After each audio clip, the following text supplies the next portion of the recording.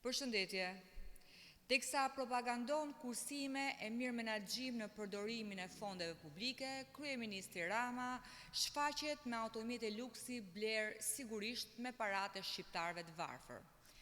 Vetë ai u shfaq pak ditë më parë në Pogradec, pas mbledhjes qeveritare, duke u larguar me një Mercedes-Benz S, një automjet i cili kushton mbi 100.000 euro. E normalisht të njëjtin shembull ndjekin edhe varësit e tij. Sipas Open Procurement, administrata e Edi Ramës ka shpenzuar miliona euro për automjete të blera me qira apo leasing. Më tepër se 10 milion euro kanë shkuar për këto blerje në duart e kunatit të kryebashkiakes socialiste të Durrësit, Emiriana Sakos.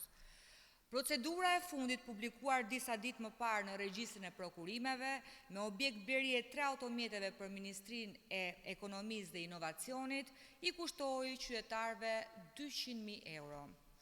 3 automjete do të furnizohen nga i njëjti operator, Mektrin Motors, biznesi i familjes së Emiriana Sakos.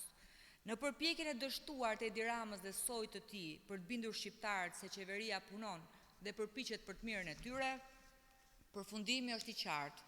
Propagandë me fjalë, miliona për luks në praktik. Paratë publike përdoren për të financuar një administratë që nuk njeh kufi në shpenzime. Kontratat publike vijojnë të përqendrohet tek një rreth i ngushtë operatorësh pranë pushtetit. Partia Demokratike ripërsërit thirrjen e saj. Spak të hetojë si shpenzohen paratë e shqiptarëve. Mjaft me propagandë, mjaft me padrejtësi, mjaft me vjedhje dhe korrupsion. Shqiptarët kërkojnë drejtësi. Faleminderit.